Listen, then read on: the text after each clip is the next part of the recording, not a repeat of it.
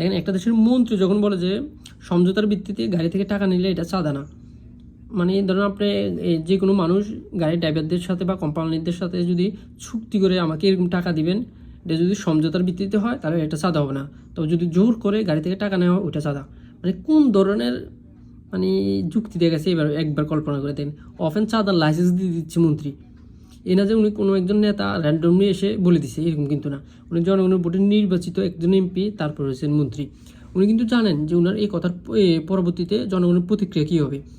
উনি সেই সাথে এটাও জানেন এই জনগণের প্রতিক্রিয়া উনার কিছু যাবে না আসবে না, কারণ উনি ক্ষমতায় আসার ক্ষেত্রে এই জনগণ থেকেও সব থেকে বেশি গুরুত্বপূর্ণ ভূমিকা যারা পালন করছে ওনারা হচ্ছে ওই চাঁদাবাজ কর্মীগুলা।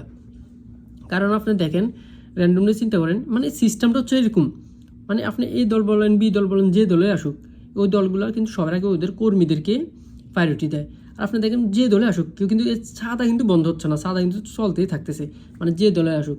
কারণ হচ্ছে একটাই, কারণ আপনি দেখেন মানে বাংলাদেশে 20 কোটি মানুষ জনগণ, তার মধ্যে 12 কোটি ভোটার। এবারের কথা বলতেছি, র্যান্ডমলি 20 কোটি মানুষ ধরেন, তার মধ্যে 12 কোটি ভোটার। তারপর হচ্ছে এইবার ভোটে মানে ভোট দিছে প্রায় 6 কোটি বা তার উপরে।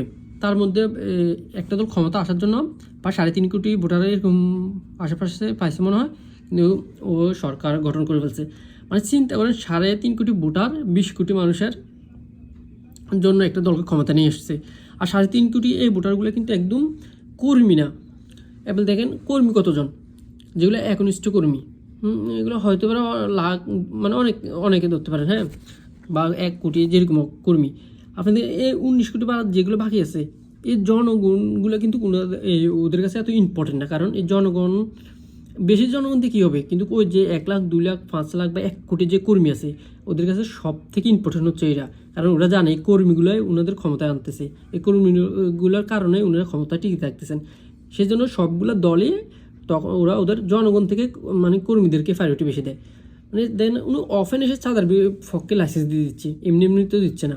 কারণ উনি জানে এই কর্মীগুলো আছে বলে ওনারা টিকে আছে, ওনারা টিকে থাকবে। সিস্টেমটা এমনভাবে তৈরি হয়েছে, আপনি এই দল বলেন বি দল বলেন, যে দলগুলো ক্ষমতা আসতেছে সবাই চাঁদা চলতেছে, চাঁদা বন্ধ করতেছে না। আর ভোগান্তি হচ্ছে আমাদের। আর এমনি বলতেছে আর কি যে জনগণের চাঁদা, মানে জনগণকে উদ্দেশ্য করে সব বলতেছে, আসলে কিন্তু ওরা নিজেদের স্বার্থ আর কর্মীদের স্বার্থের জন্য কাজ করে। একদম আমি মানে যেগুলো একটা দলকে বলতেছি না, সবগুলো মানে বাংলাদেশের কালচার বা সিস্টেম, রাজনৈতিক সিস্টেম রয়েছে এরকম যে যে দল ক্ষমতা আসবে ওই দলের কর্মীদেরকে প্রায়োরিটি দিবে, ওই দলের কর্মীগুলোরে মানে সব দিক দিয়ে ছাড় দিবে। আপনি চিন্তা করে দেখেন, মানে জনগণের বিরুদ্ধে গিয়ে চাঁদার